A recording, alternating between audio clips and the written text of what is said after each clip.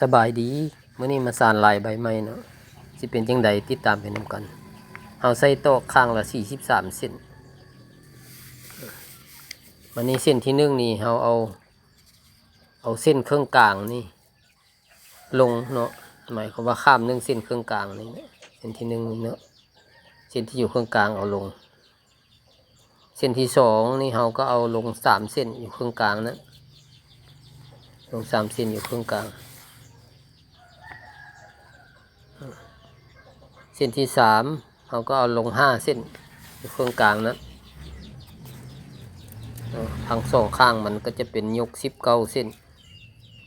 ยก19เส้นแล้วก็ลง5แล้วก็ยก19นี่เนาะข้าม5ยก19เนาะมาในเส้นที่4ก็ข้าม18โมเมนต์เนาะยก18ข้าม3ขออภัยหลายๆยก18ข้าม3แล้วก็ยก1ข้าม3แล้วก็มายก18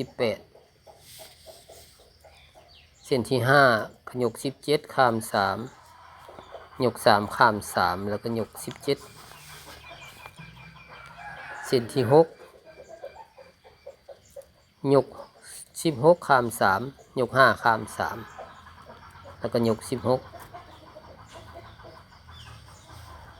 เส้นที่7ยก15ข้าม3ยก3ข้าม1ยก3ข้าม3ยก15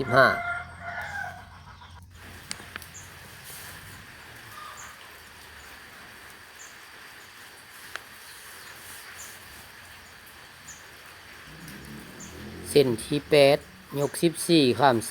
3ยก3ข้าม3ยก3ข้าม3ยก14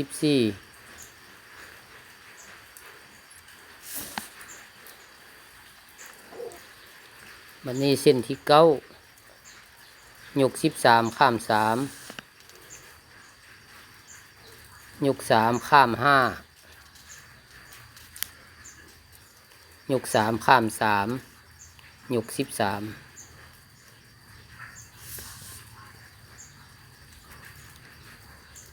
บัดนี้เส้นที่10ยก12ข้าม3ยก4ข้าม5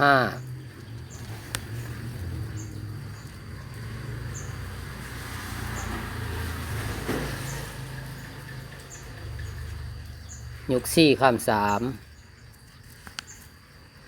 และยก12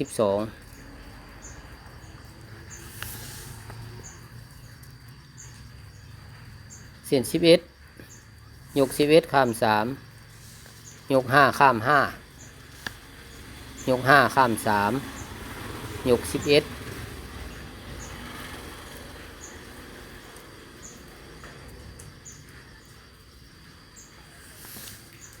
เส้น12ยก10ข้าม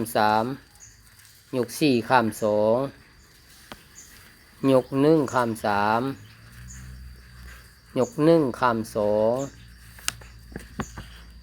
ยก4ข้าม3และยก10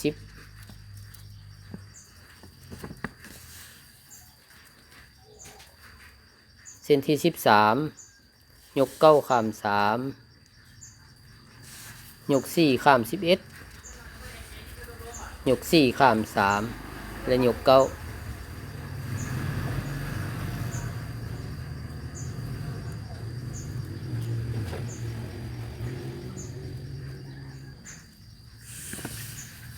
เส้นที่14ยก8ข้าม3ยก5ข้าม11ยก5ข้าม3และยก8เส้นที่15ยก7ข้าม3ยก6ข้าม5ยก1ข้าม5ยก6ข้าม3และยก7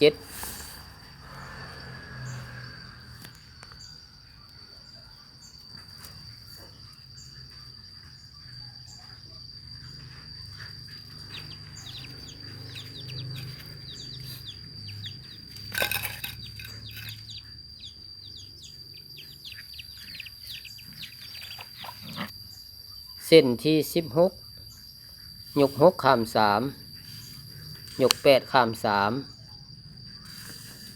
ยก3ข้าม3ยก8ข้าม3ยก6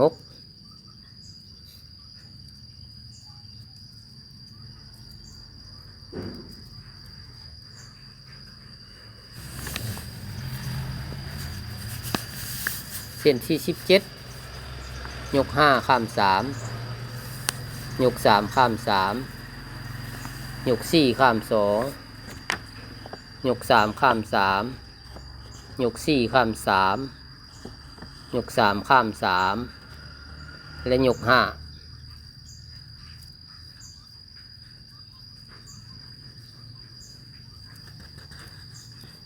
ถือว่ายกหลายข้ามหลายเนาะเส้นที่17นี่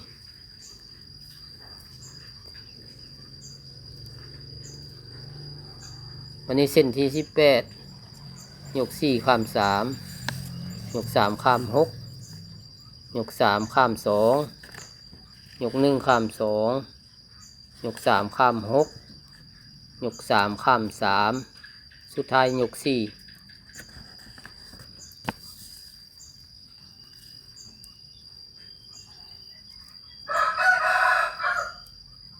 วันนี้เส้นที่19ยก3ข้าม3ยก4ข้าม7ยก3ข้าม1ยก1ข้าม1ยก3ข้าม7ยก4ข้าม3และยก3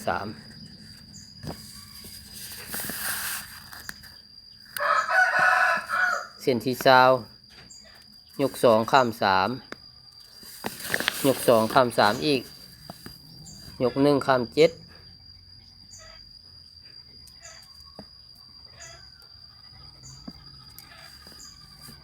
ยก3ข้าม1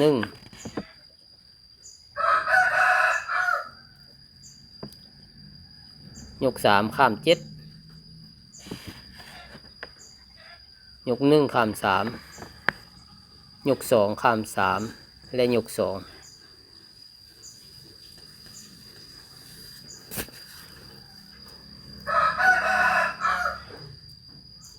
เส้นที่21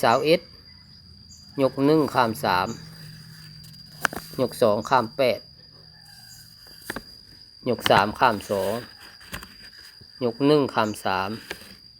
ยก1ข้าม2ยก3ข้าม8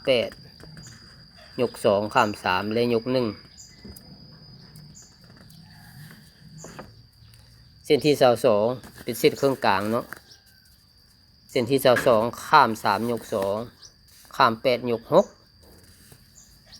ข้าม2ยก1ข้าม2ยก6